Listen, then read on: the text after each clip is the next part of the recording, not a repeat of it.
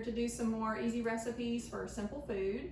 Today's offering is a chocolate pie, and this chocolate pie is for people who really like chocolate.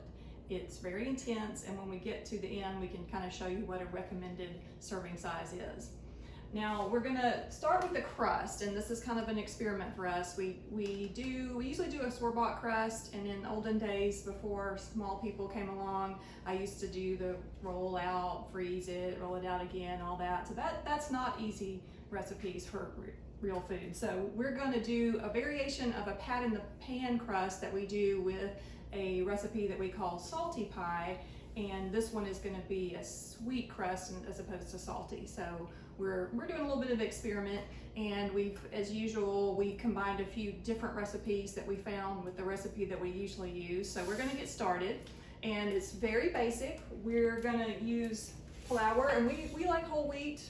You don't have to use whole wheat, you can use white flour for this, but it's just a cup of flour, and we've got our cup just about ready. Make sure you wash your hands because you're gonna be patting in the pan, and you don't wanna have grubby hands, obviously, for that and for cooking in general. So a cup of flour, and we're gonna put a half a teaspoon of sugar, just regular granulated sugar in there. And this is what's different. We don't usually put sugar because we're doing a savory pie, or it's kind of like a quiche. And then we're gonna put a half a teaspoon of salt. Hoping this isn't gonna dump on me into there. Oops. A little bit extra, let's even that off. Half a teaspoon of salt, and let's grab sorry, I'm not quite correct here with our utensils, so we're going to stir that around. Stir around your dry ingredients to make sure the sugar and the salt are evenly distributed, because that's no fun when you get a mouthful of salt in your pie. And you're going to need to add some liquid, and this differed on the different recipes, but our usual crust uses a 1/4 cup of olive oil and a 1/4 cup of water. So you could use olive oil, but you know, olive oil has a strong flavor and you might not like that with your chocolate. You can use vegetable oil or other kinds of oil for that. We decided to try butter because butter is great, and we have melted it. The different recipes said that, you know, softened is good, but in any case, you need some sort of oil or fat to help your crust not stick and help it come together. So we're gonna we're gonna start with our water. So you keep stirring that up.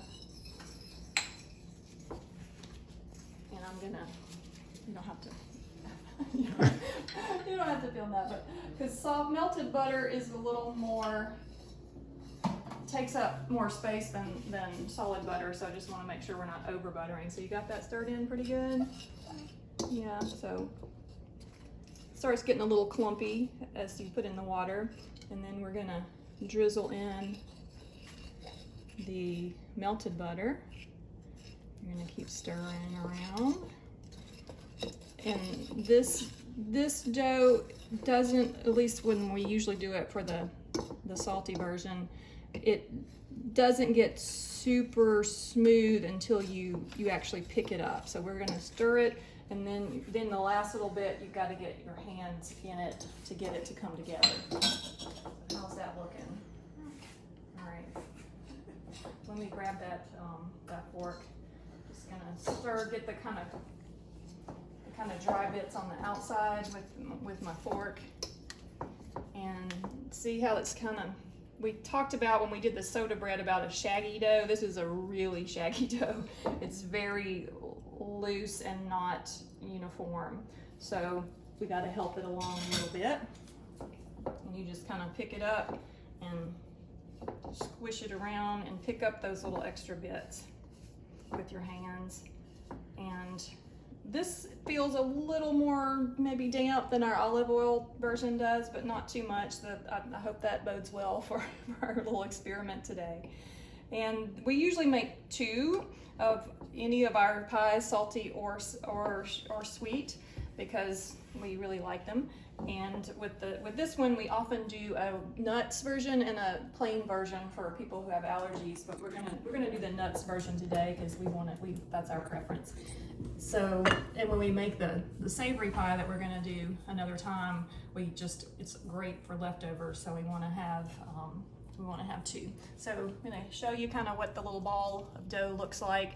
It's a little, it kind of has different color variations. We're using whole wheat again, so yours may look a little different. So we're gonna put this in we have a glass baking dish, and we forgot to tell you that we have heated the oven to 425. And so you kind of make a little round disc, and I'm gonna let Emma pat a little bit, and we'll take turns. And you just squish it out to the edges, and you can make it as pretty or as basic as you want. We're not fancy, so we usually just have the edges all bumpy and lumpy. But if you like a really attractive pie, you can, when you get the edges all finished, you can use the fork to prick the edges and make them decorative, or make it a little bit more elaborate. So sometimes, depending on, like I said, we usually make two. Sometimes we don't do a good job of dividing it evenly, so sometimes you gotta pull little pieces off. Oops, sorry for that. That's our oven saying it's ready to go. And so you may have to, like this piece is pretty thick, we may have to pull it around to make up some edges over here, and that's fine. Again, just depends on how particular you are about your edges. You got a hole there. Yeah, sometimes it gets stretched and gets a little hole in it. This one, like I said, is a little more oily than our usual version, so it's pretty easy to push. When it's a little drier, it is a little bit more difficult. We just about got it around the edges here. And should we fancy it up, or we just do it regular? Let's do regular, okay. All right, so we do have to prick it because if you're doing a pie with a baked filling, you just put it all in together. But this pie it's gonna be a chilled pie, so we gotta bake the crust first. So we're gonna take our fork, do it with that fork. I put it in the sink. So we gotta take our fork and prick it so that we can let the air escape when it's baking. And we're gonna bake it for 15 minutes at 425, and then we'll come back and check on it and hope for success, and we'll show you how to make the super chocolate filling. That's it. That's it. Make sure it cools well, because you're going to chill the filling on this. And it's not beautiful. It tastes pretty good though. I might dial the salt down a little bit, although once we get the chocolate in, that might be a nice balance to that. So we'll have to experiment towards the end. We should have pushed around the edges a little bit more to make because it's a little thick around the edges. So I give you that advice if you're doing this. And if you're doing a little more fancily, you probably would have avoided that by using the fork to make some crimping around the edges. So we've set that aside, and now we're going to make the filling, and that is super simple.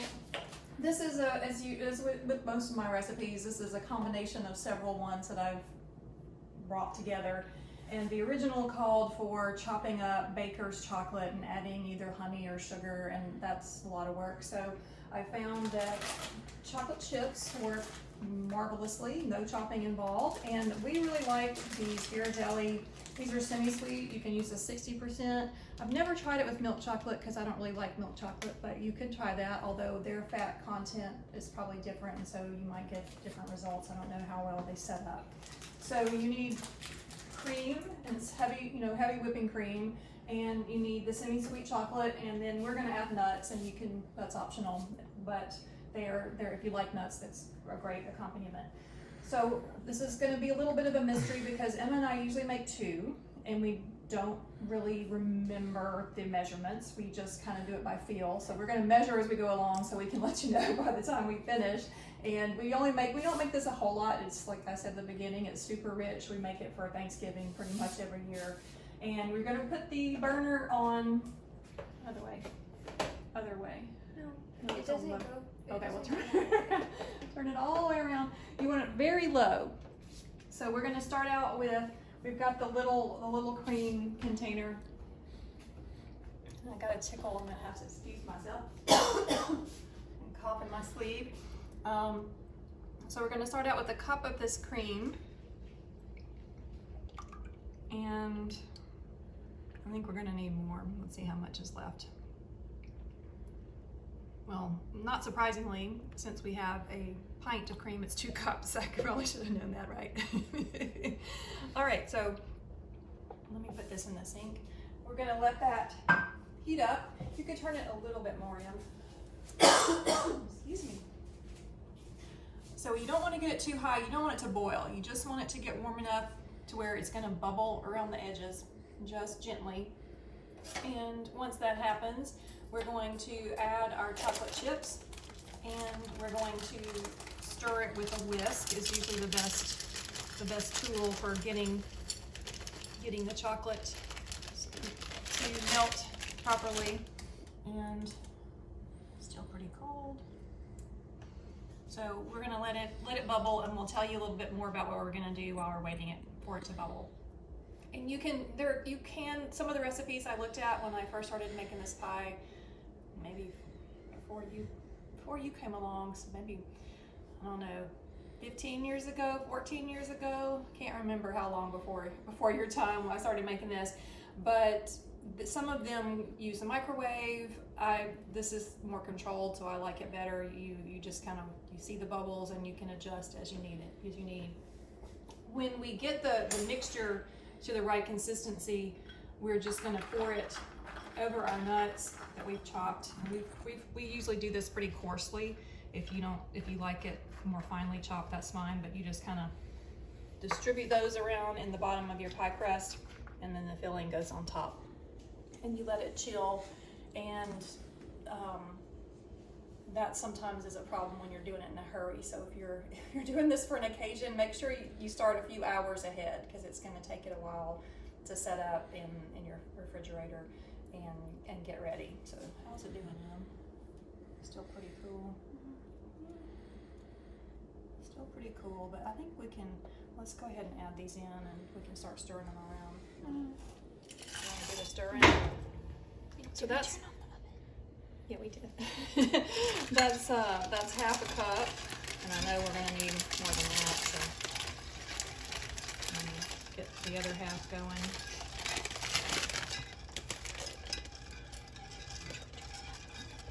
Yeah, let's turn it up a little bit. Just turning up the temperature a little bit, but we're, sorry about that.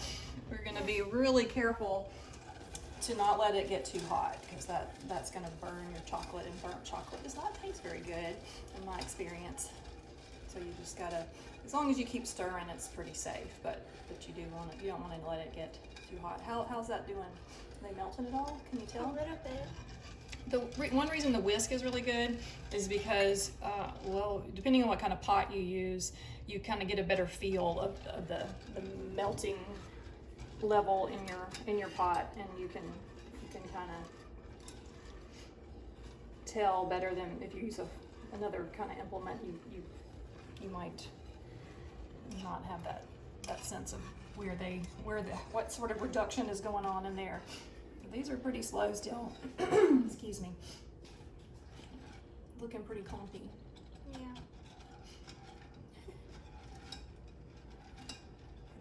Eventually it'll start looking a little bit like chocolate milk, and you'll see the chips kind of disappear.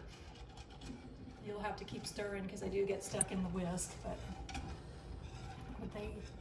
they'll melt, and we'll show you along the way what the consistency of the liquid is, because that's how, like I said, we have been gauging the amounts, especially when we do 2 pies, is by what the thickness of the liquid is. And because we used to just kind of judge by the packaging, but some of the companies, as you may have experienced with your favorite candies, instead of raising prices, they changed the amount of stuff in the bag. And that happened with our, not with this semi-sweet, this is 12 ounces, but with the, I think it says 60%, or one of the other ones, they have 10 ounces. So you might want to check that when you're making your choice on the kind of chocolate you buy. Is it melted? A little bit. A little bit? Well, let's turn it up a little bit. We haven't been using the stove too long, so we don't have a lot of experience with how fast it gets hot. Not very fast. Gas stove is great because you can adjust that more quickly and it's more responsive. But alas, we have electric stovetop, and it is not moving too quickly. Well, can I start? Let's see. Yeah, those are still pretty clumpy. Not much melting going on, and not much bubbling going on the edges. So it's gonna be a little while longer for the chocolate to get melted. I kind of like to. Do we have the wrong one?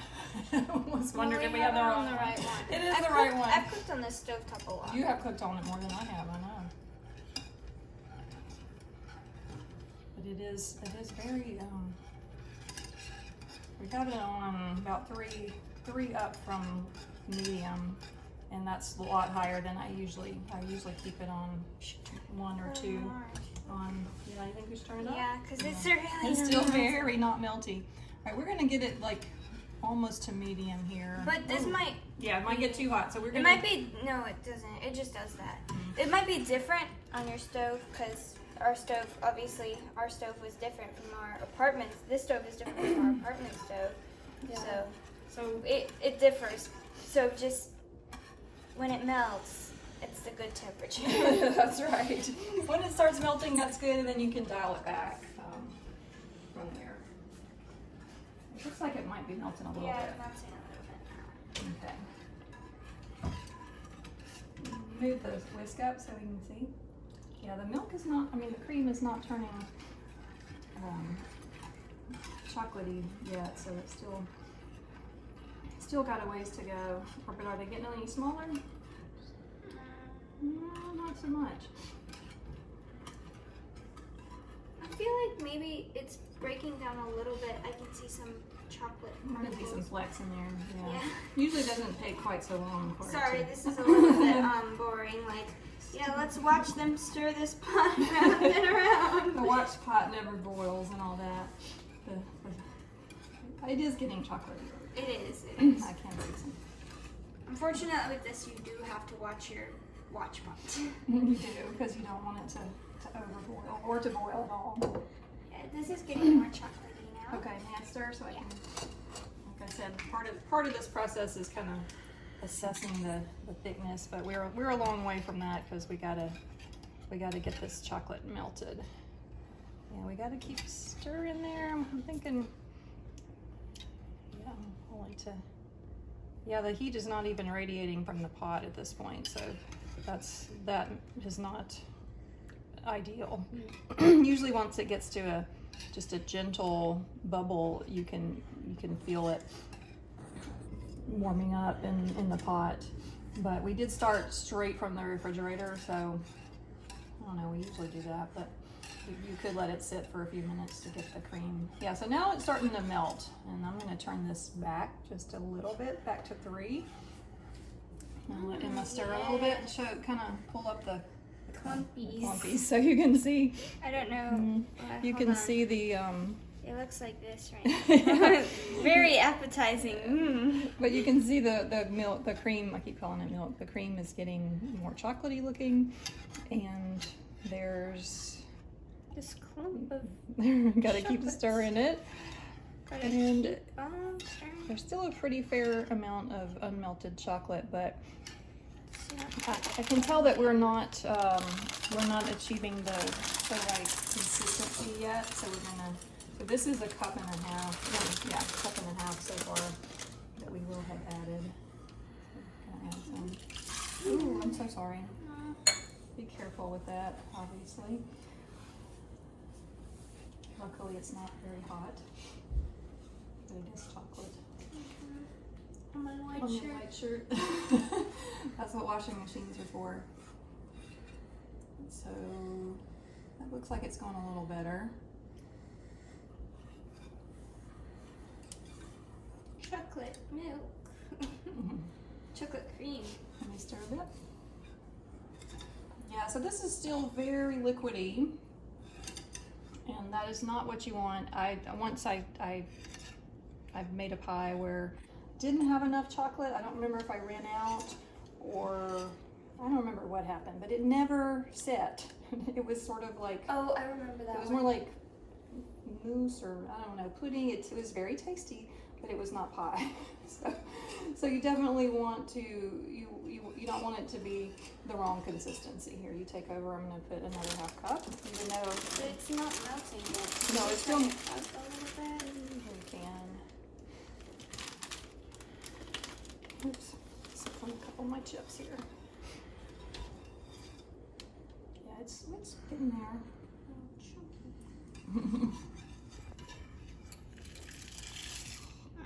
Forgot to warn. Don't splatter stuff on your baking partner. While we're stirring and waiting for melting to happen, I wanted to say one thing about the pat in the pan crust is great if you're baking with kids. Emma's been helping me with this pie for a long time, and for a long time we did the store-bought crust because, you know, before kids you might have lots of leisure time to roll things out and freeze and whatever, but when little people come along, it's a lot harder to do a lot of that intricate type cooking. So store-bought works pretty well, and I often say that the crust is really mainly a chocolate delivery vehicle, so it is not as important as the inside. And but it is this pat in the pan, whether you're doing a pie or a quiche type thing is easy for kids to do. So that's looking better. Is it melty? Here, let me stir it. Okay, so as we were talking a little bit earlier, we don't have this recipe written down, and we usually make two. So we had to make an emergency run to the grocery store to get some more chocolate chips. So we put in 2 cups of chocolate chips and 2 cups of cream, and that's not enough chocolate chips. So now we're gonna add another half cup. And it's, here, yeah, I'll let you stir. And we're gonna, here, go ahead. Sorry. Get that stirred in and see, I'm thinking we're getting close there. So 2.5 cups. Just kind of let it pull up the whisk so you can kind of see. It's not quite thick enough. It's still kind of more like a Spanish hot chocolate than it is ready for making this pie filling. How does it feel? Is it thick enough, or is it No, it's feel not thick it's too thin? Okay, so we're adding another half cup, so that's 3 cups of chocolate chips, and we kept with our 60%, or no, these are semi-sweet. Sometimes we use the 60%, and those are more intense than the semi-sweet. So how's that feeling? Are we gonna overflow our pot? You think we're gonna make it? Is it getting there? It needs to melt. Let's melt Yeah, the we rest still of the got- chocolate chips first. Right, I think we might be close. We're close, but not quite. Not quite there. So if you're making this for 1 pie, do not use 2 cups of cream. Because that's for 2 pies. Use a cup of cream and a cup and a half of chips, or maybe a little bit more. We're still not quite melted to be sure what the thickness level is. How does it feel? That's good. Is it getting there? Getting there. Not quite. Not there. quite. Okay, you can kind of see how when you drizzle it, how it's kind of, the texture has gotten really firm. Let me stir. Yes, sir. Yeah, it's still not quite thick enough. Yeah. So we put in, that was 3 cups, right? Okay, we're gonna put in 3 1/4. We don't want to go overboard. We're gonna do a little bit at a time. 3 1/4.